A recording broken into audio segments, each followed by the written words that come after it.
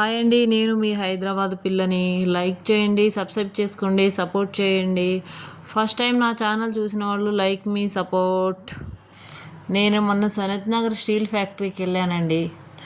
చిన్న వస్తువులు కావాలి, స్టీల్ సామాన్ అని వెళ్తే అబ్బాబాబా ఇక్కడ చూశానండి ప్లాస్టిక్ ఫ్లవర్స్. కానీ రియల్ ఫ్లవర్స్ అనుకుంటారు. ఆ బుద్ధుని విగ్రహం కానీ, ఆ డెకరేషన్ కానీ అబ్బాబా ఏమున్నాయండి చూడండి. ఆ ఫ్లవర్స్ చూడండి, ఆ కృష్ణుడు చూడండి ఎలా డెకరేషన్ చేశారు. అసలు చూస్తుంటే నాకైతే రెండు కళ్ళు సరిపోలేదు.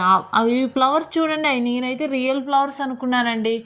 మీరు కూడా వెళ్ళి చూసినా అంతే అనుకుంటారండి. నేను దగ్గరికి వెళ్ళి ఆ ఫ్లవర్ పట్టుకొని చూసాక తెలిసింది అవి ప్లాస్టిక్ ఫ్లవర్స్ అని. అసలు ఎట్లా అంటే డెకరేషన్ చేశారంటే అలా డెకరేషన్. ఆ గ్రీన్ చూడండి ఆకులు.